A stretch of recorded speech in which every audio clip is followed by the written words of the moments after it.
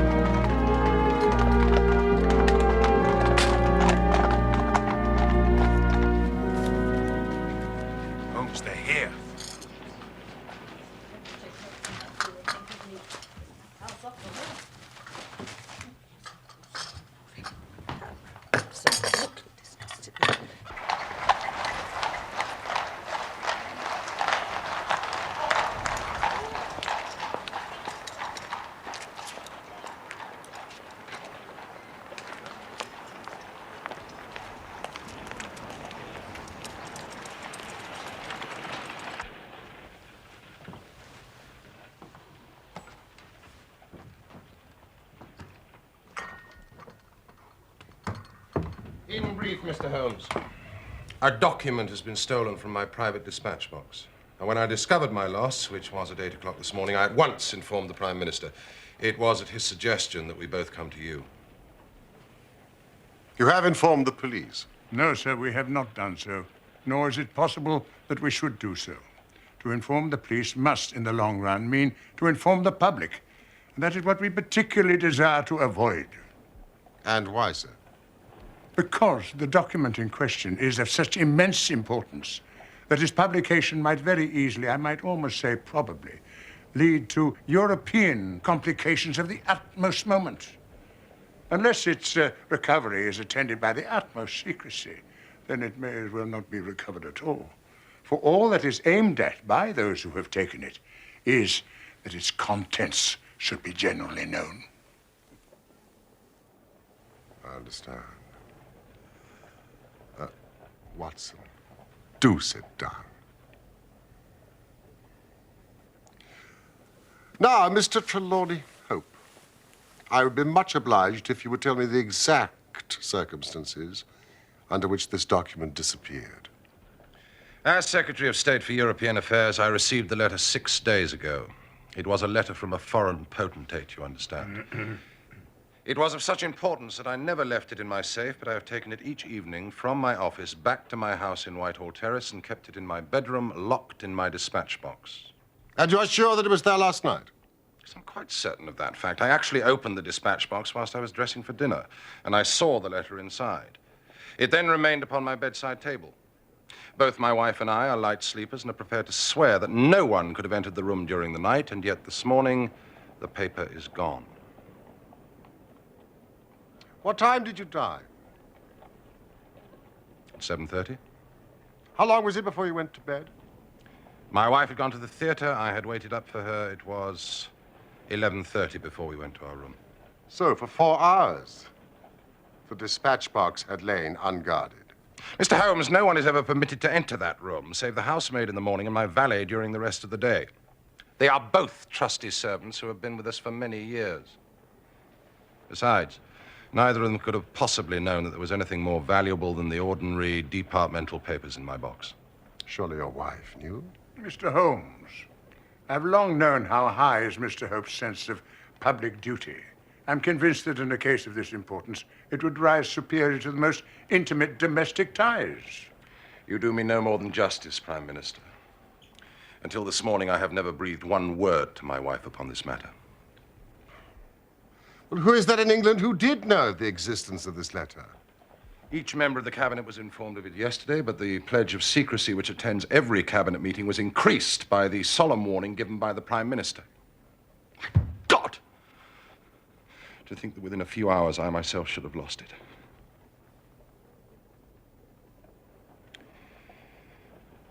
Besides the members of the cabinet, there are 2, possibly 3 departmental officials who know of the letter. No one else in England, I assure you. But abroad?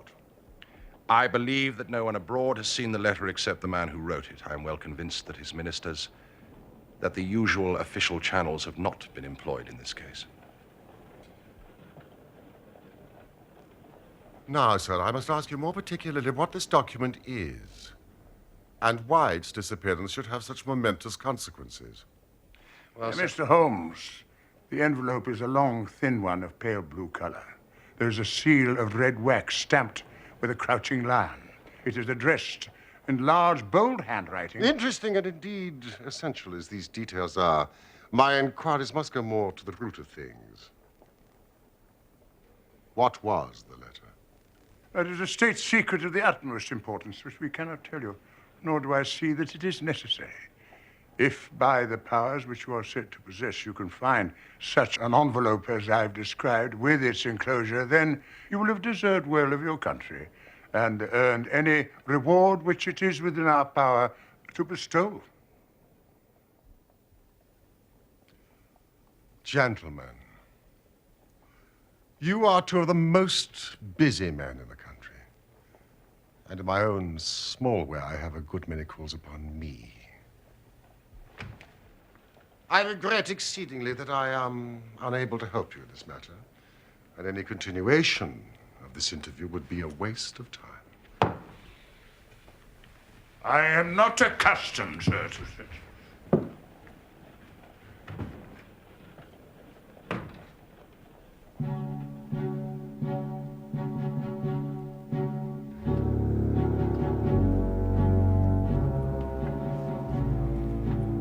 Mr. Holmes, we must accept your terms. No doubt you are right, and it is unreasonable for us to expect you to act unless you have our full confidence. I agree with you, Prime Minister. Then I will tell you, relying entirely upon your honor and that of your colleague, Dr. Watson, I must appeal to your patriotism also, for I cannot imagine a greater misfortune for this country than that this affair should come out. You may safely trust us.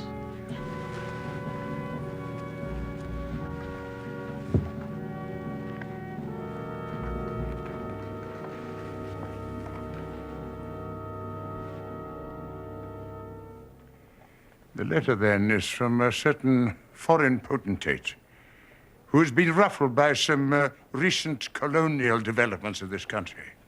It is written hurriedly and upon his own responsibility entirely. At the same time, it is couched in so unfortunate a manner that its publication would undoubtedly lead to the most dangerous feeling in this country. There would be such ferment, sir, that I do not hesitate to say that within a week of the publication of this letter, this country would be involved in a great war. And it is this letter which may well mean the expenditure of £1,000 million and the lives of 100,000 men.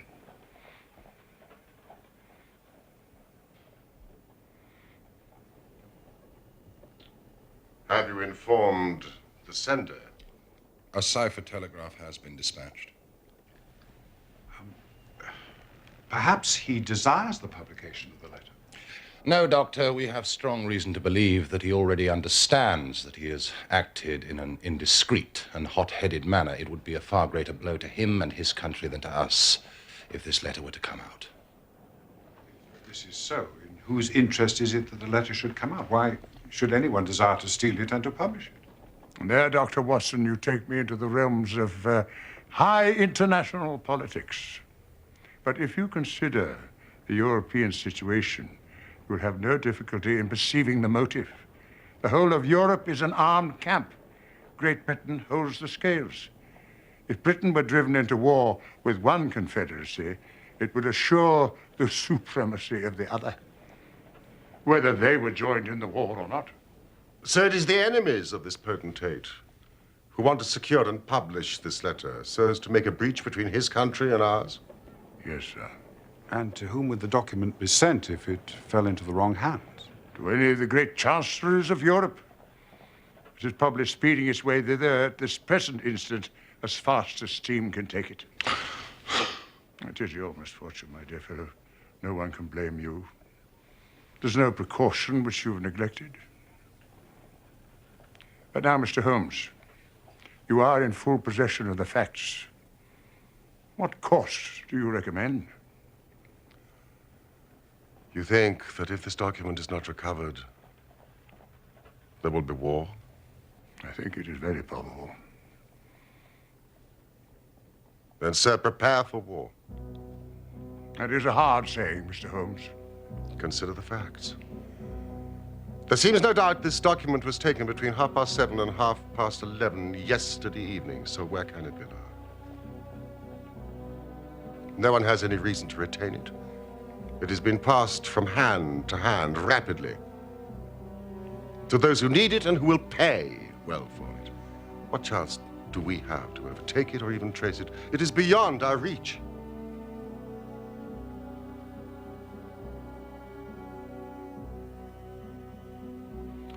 What you say is perfectly logical, Mr. Holmes. I feel that the matter is indeed out of our hands. Meanwhile, hope. We cannot ignore all our other duties on account of this one misfortune.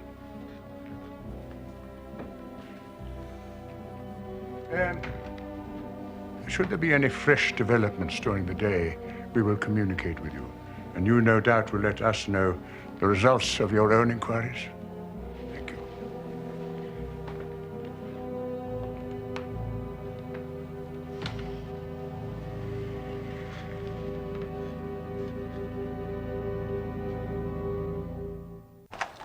Telegram!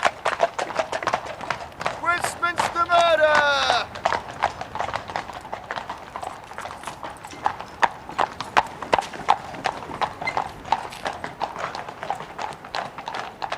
Westminster murder! Telegram! Westminster murder! Telegram!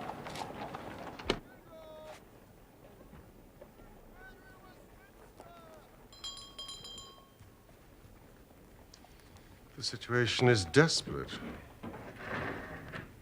but not hopeless. There are only 3 men capable of playing so bold a game: Oberstein, La Rothiere, and Eduardo Lucas. Even now, if we could be sure which one of them has taken it, it is just possible that it does not pass out of their hands. It's a question of money with these fellows, isn't it? And we have the British Treasury behind us. Oh, if it's on the market, I'll buy it. If it means another penny on the income tax. Come in. Excuse me, Mr. Holmes. Mrs. Hudson, what is it? Lady Hilda Trelawney Hope. Show her in.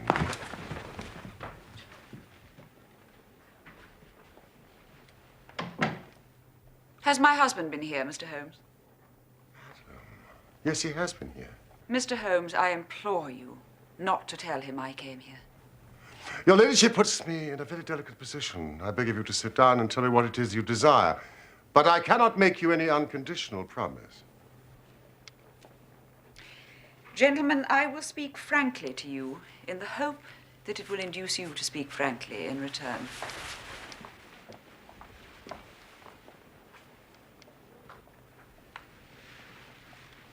There is complete confidence between my husband and myself in all matters except one.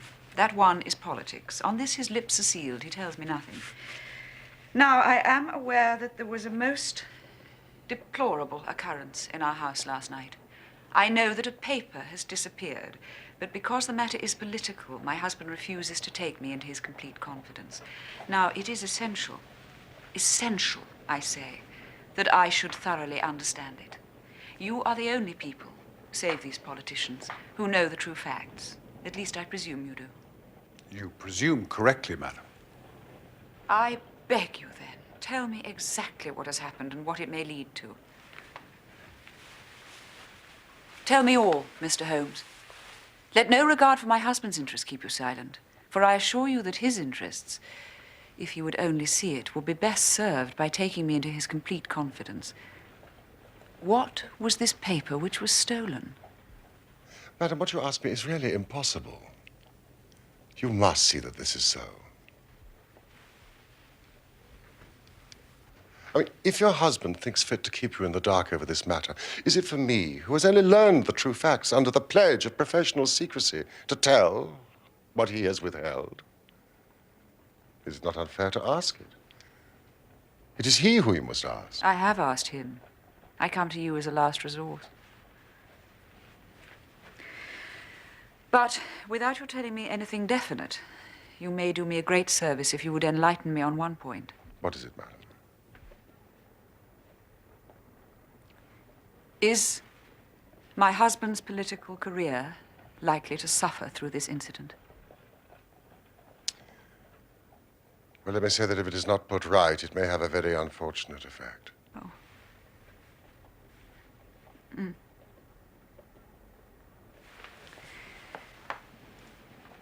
One more question, Mr. Holmes. From an expression which my husband dropped in the first shock of the disaster, I understood that terrible public consequences might arise from the loss of this document. If you said so, I cannot deny it. Of what nature are they? There again, you ask me more than I can possibly answer.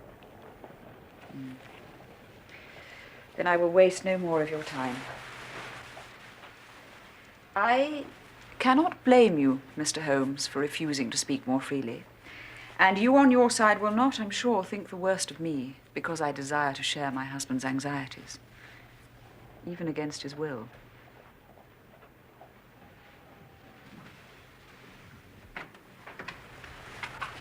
Once more, I beg you will say nothing of my visit.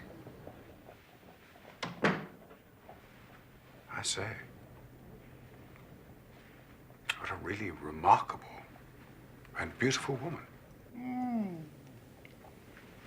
The fair sex is your department, Watson. What did you really want? Surely her own statement was clear and her anxiety very natural.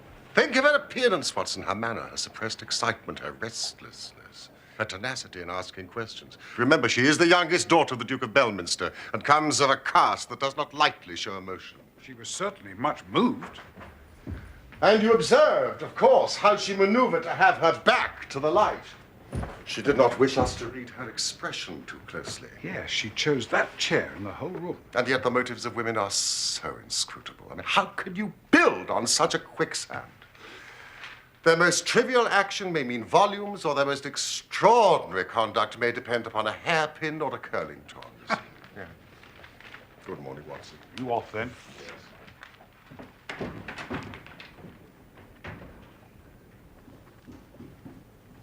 Holmes! Was one of the agents you spoke of called Eduardo Lucas Yes. of Godolphin Street? Yes. You'll not see him. Why not? He was murdered in his house last night.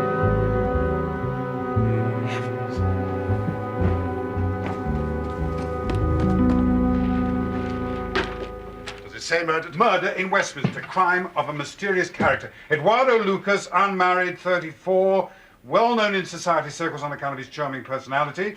Valet out for the evening. They always are. Elderly housekeeper sleeps atop of the house, heard nothing. They never do. Just before midnight, Police Constable Barrett saw door ajar, found Lucas's room in disorder. Lucas stabbed to the heart.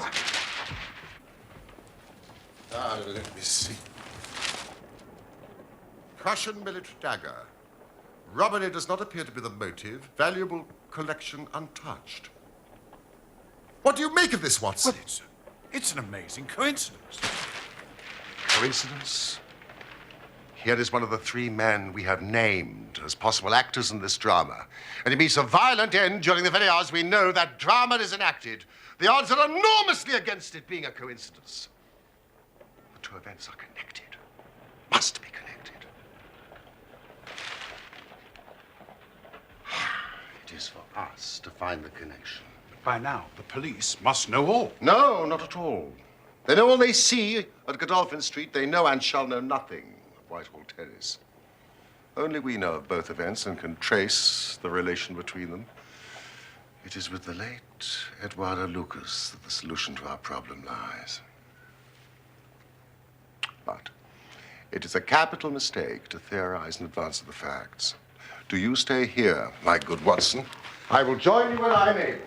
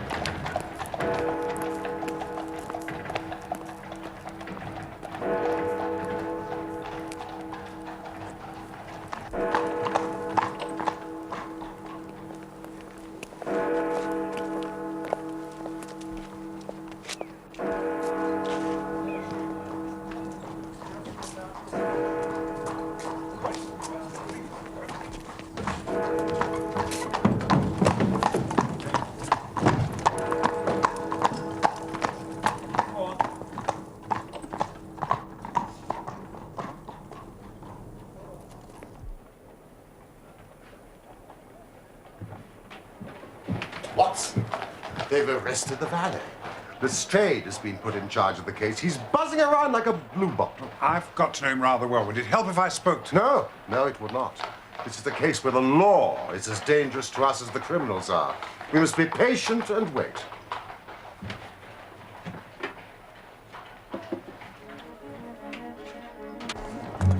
Lieutenant, Lucas murder case. Evening Standard. Lucas murder case. Suspect released. Murder case. Standard. Suspect released. Evening Standard. Lucas murder case.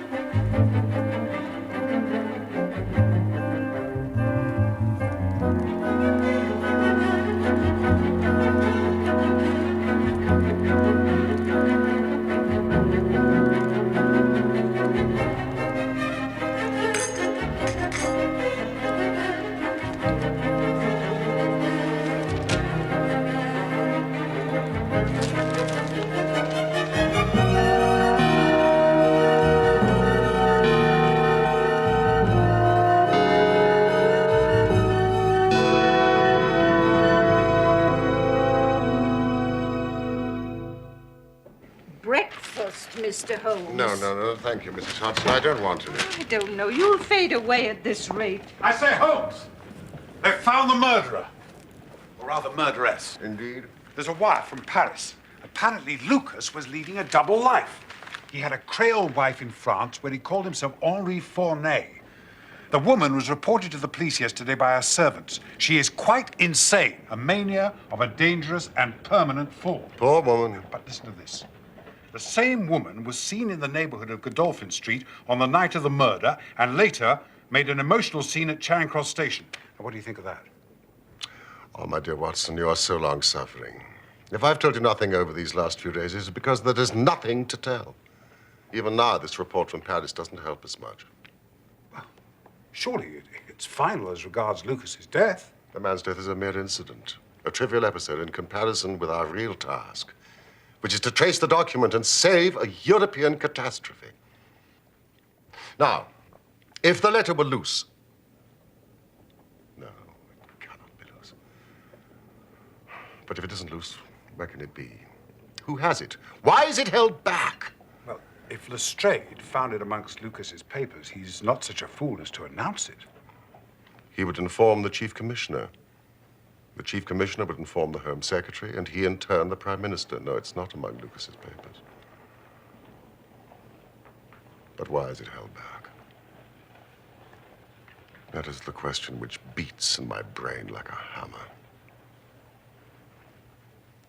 Was it a mere coincidence that Lucas should meet his death on the night when the letter disappeared? Did it ever reach him? Has this mad wife of his taken it with her to Paris? If so, is it in her house in Paris? Should I go to Paris? That would alert the French police. Now, every man's hand is against us. And yet, the interests at stake are colossal. You know, should I bring this to a successful conclusion, it will certainly represent the crowning glory of my career. Holmes! Go!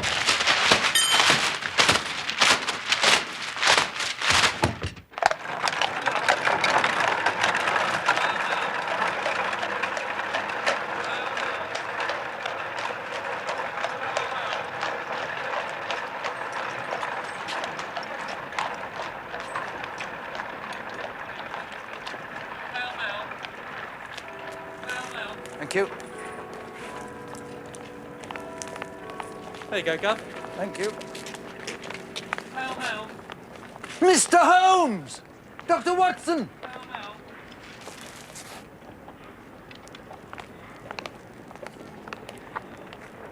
hail.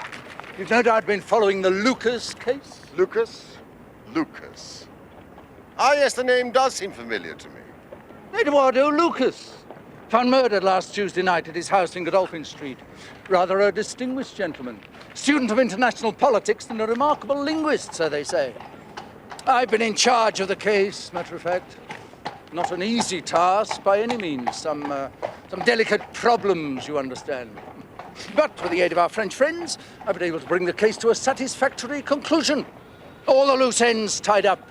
Oh, we've got it. Clear as if we'd seen it. Congratulations, Lestrade. Another feather in your cap. Thank you. Yes, indeed. Before you go, Mr. Holmes, it's a mere trifle, but the sort of thing you take an interest in. Queer, you know, what you might call freakish. It has nothing to do with the main fact. Can't have on the face of it. What is it then? Well, if you gentlemen could come down to Godolphin Street, I think I could explain it better on the spot. For a few minutes, perhaps? Oh, good. It's only just round the corner. Thank you, cabby. Keep the change. Hail, hail.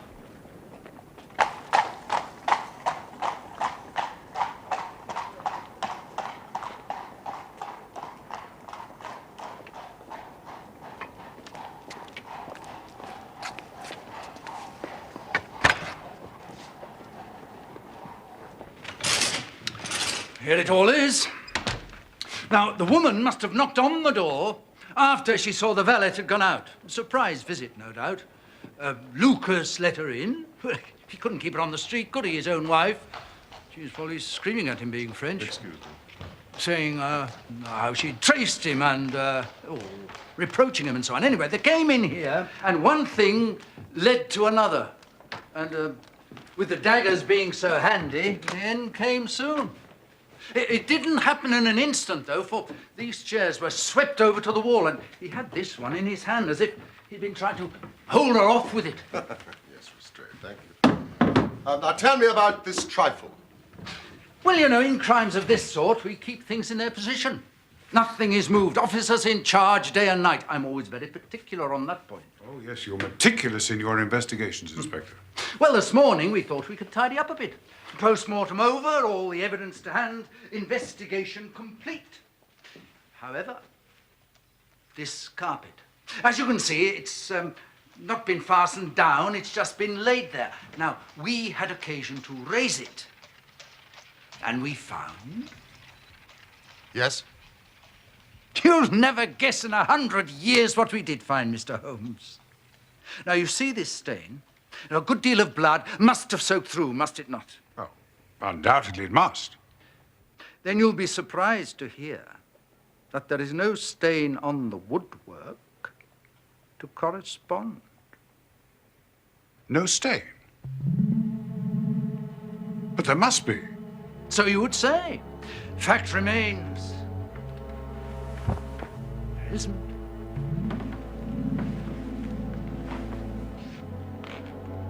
But the underside is as stained as the upper. It must have left a mark. Now I will show you the explanation. There is a second stain, but it does not correspond with this one. Dr. Watson, will you take that side of the carpet? Now we will move round in an anti-clockwise direction.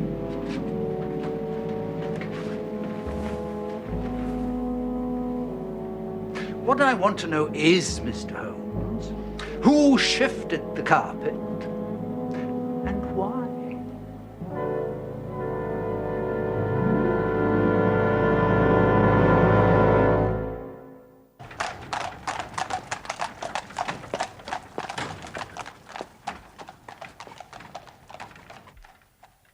Lestrade, who was on duty the day after the murder?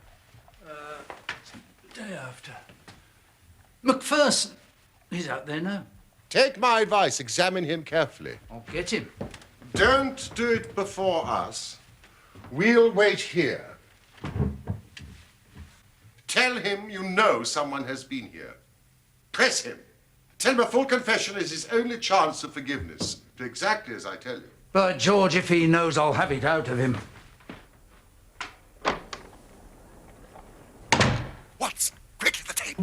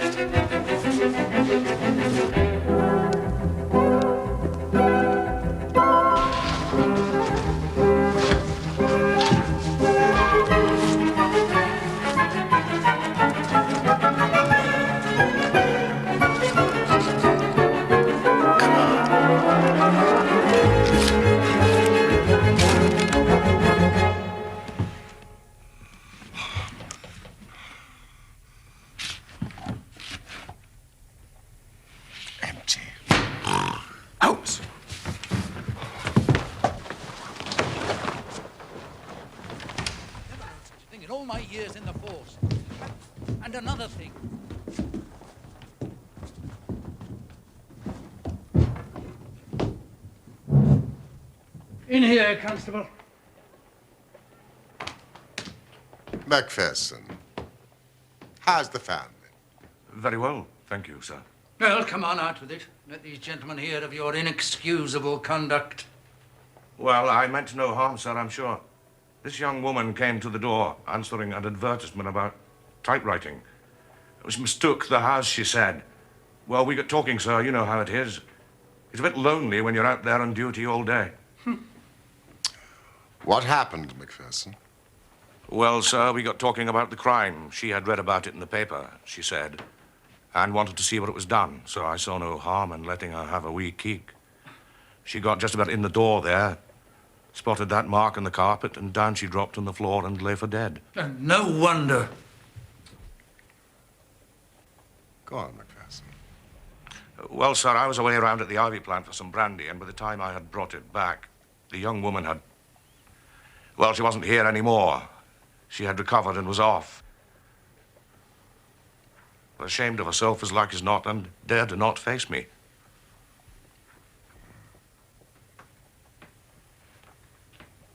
Macpherson, did you move the carpet? No, sir, I only straightened it out. You see, she'd fell on it, and the polished floor being slippery. Let that be a lesson to you, Constable, that you can't deceive me. No doubt you thought your breach of duty would never be discovered. Yet a mere glance at that carpet was enough to convince me that someone had been admitted to this room. Lucky for you, my man, that nothing's missing.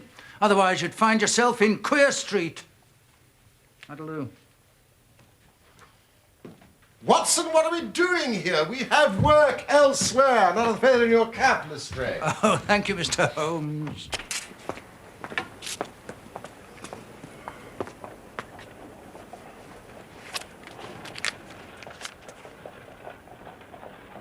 Good Lord, Mr. Holmes. Hey!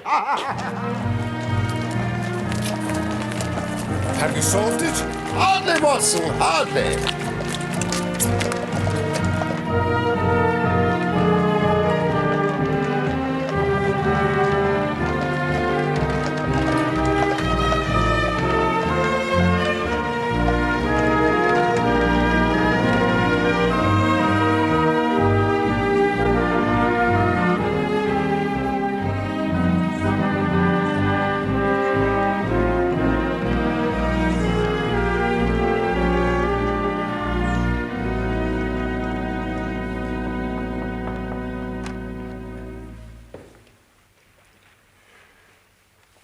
Two gentlemen wish to speak to you, milady. They do not have an appointment. Who are they, Bates? Mr. Sherlock Holmes and a Dr. Watson, milady.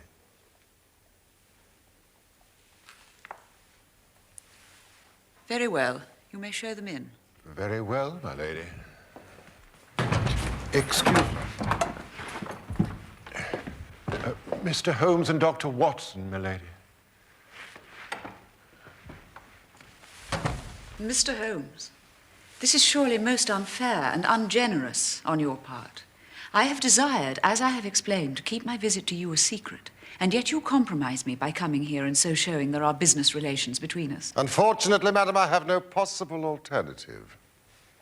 I've been commissioned to recover an immensely important document. I must ask you, therefore, to be kind enough to place it in my hands. You insult me, Mr. Holmes. Do not ring, Lady Hilda. If you work with me, I can arrange everything. If you work against me, I must expose you. You're trying to frighten me.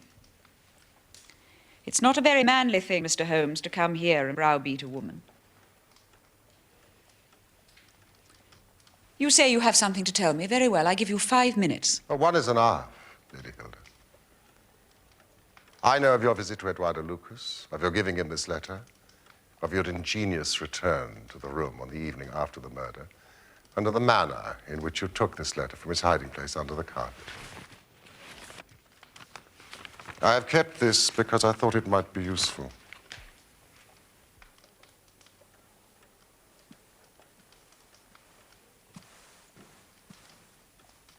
The policeman recognized you. Once again, Mr. Holmes, I tell you, you're under some absurd illusion. Oh, I am so sorry, Lady Hilda. I have done my best. But I see that I'm in vain. Is Mr. Trelawney Hope at home? He'll be back at 12:30, sir. Then we have a quarter of an hour. We will wait here.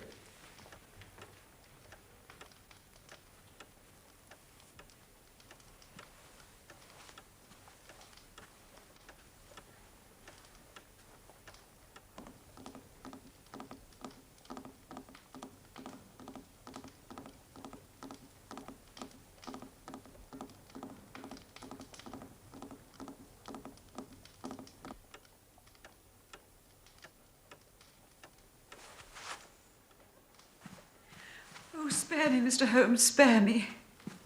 For heaven's sake, don't tell him. I love him so, I would not bring one shadow on his life, and this I know would break his noble heart. We have not an instant to lose. Where is the letter?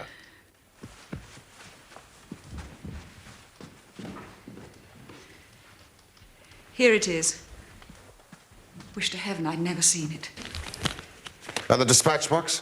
With my husband. Wherever he goes, he takes it with him.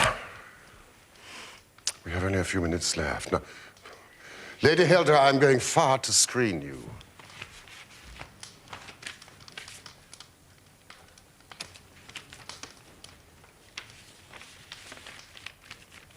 In return, you will spend the time telling me frankly the real meaning of this extraordinary affair.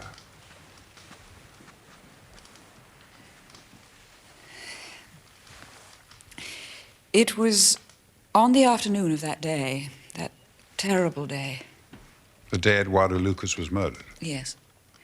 I was just going out to pay some calls when a confidential note arrived for me. It was from Lucas, asking me to visit him urgently, as he had important and private information for my ears alone.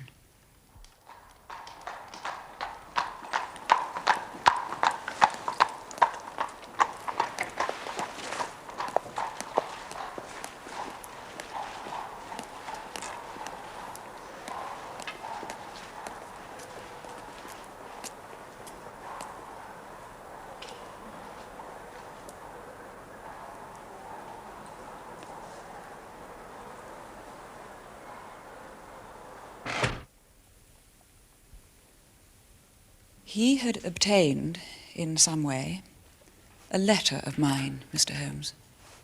An indiscreet letter, written before my marriage. Foolish letter, the letter of an impulsive, loving girl. I meant no harm, yet my husband would have thought it criminal. Had he read that letter, his confidence would have been forever destroyed. It's years since I wrote it. I thought the whole matter was forgotten.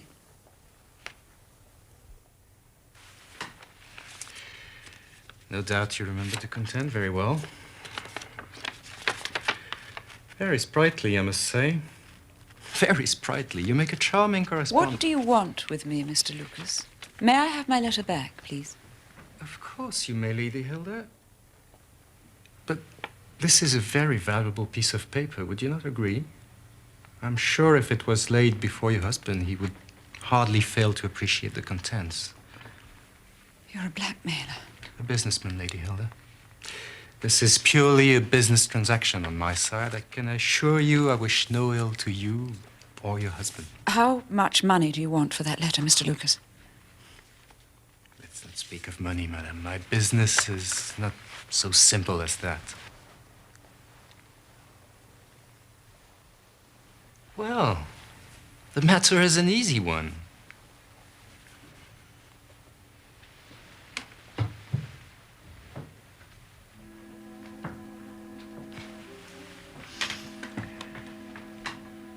Every evening, when your husband returns from his ministry, he brings with him his private dispatch box. Is that not so? Yes. When he comes home tonight, this box will contain a long blue envelope sealed in red wax with a crouching lion stamped on it. Bring me that long blue envelope with its contents, and I will return you this. But my husband... No harm will come to him, I can assure you. Put yourselves in my position. What was I to do? Take your husband into your confidence. I could not, Dr. Watson, I could not. On the one side seemed certain ruin. On the other, terrible as it seemed to take my husband's paper, in a matter of politics I could not understand it, while in a matter of love and trust it was only too clear to me.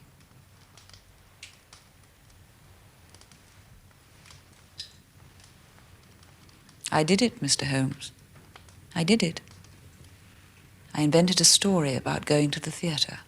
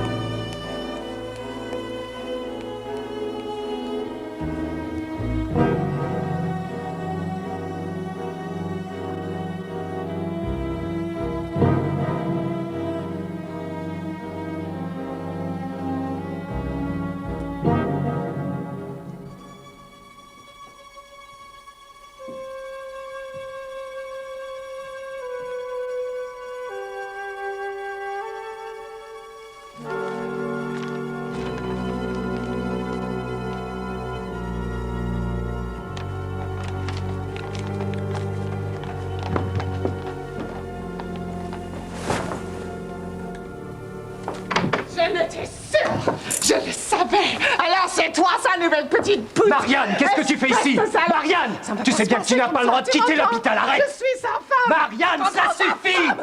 Je t'interdis Marianne, de me toucher, ne m'en touche pas! Est-ce que tu vas arrêter? Ta pute! J'en ai assez, tu m'entends? Je t'ai pardonné!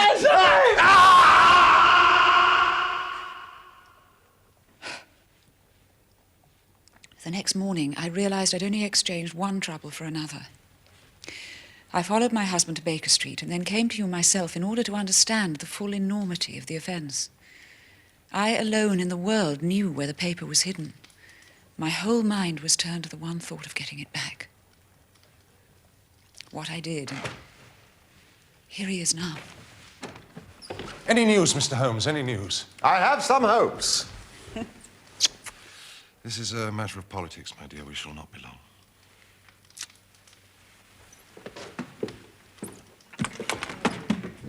The Prime Minister is lunching with us. May he share your hopes? He has nerves of steel, and yet I know that he's hardly slept since this terrible event. Mr. Holmes has some news for us, sir. Ah. What have you to report, Mr. Holmes? Purely negative as yet. I've made inquiries at every point where it might be, and I'm sure there's no danger to be apprehended. That's not enough, Mr. Holmes. We cannot live on this volcano. We must have something definite. I have high hopes of getting the letter back. That is why I'm here. The more I think of it, the more I am convinced that the letter has never left this house. Oh, really, Mr. But why should anybody take it in order to keep it in this house? I'm not convinced that anybody has taken it. Mr. Holmes, this joking is very ill-timed. You have my assurance it was taken. Have you examined the box carefully since last Tuesday morning? No, not thoroughly. I did not consider it necessary. You could conceivably have overlooked the letter. That is impossible, sir. I have heard of such things happening.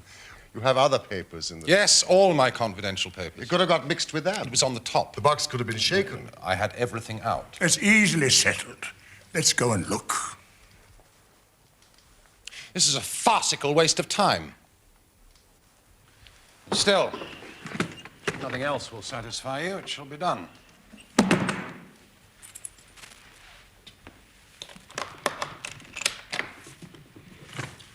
Here you are, all my confidential papers, as you can see. It's a letter from Lord Merrow, report from Sir Charles Hardy, memorandum from Belgrade, that's the one we were discussing this morning, Prime Minister. Note on the Russo-German grain taxes, letter from Madrid, note from Lord Flowers on...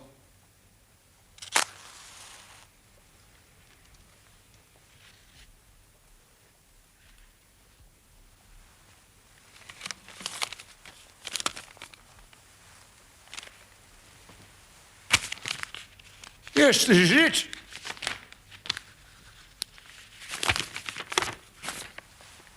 And the letter is intact. Remarkable. This is inconceivable. Impossible, Mr. Holmes. Hilda! How did you know it was here? Because I knew it was no one else. I cannot believe my eyes. Hilda, we have found the letter. I know it is difficult for you to understand, but it is the most wonderful news. It's quite extraordinary. I went through every paper in here. I checked and I rechecked. It's incomprehensible that I should have overlooked it in this manner.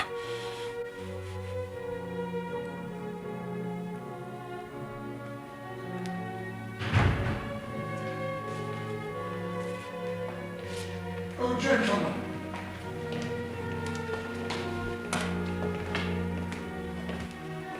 Come, there's more in this than meets the eye. Our Prime Minister, we too have our diplomatic secrets.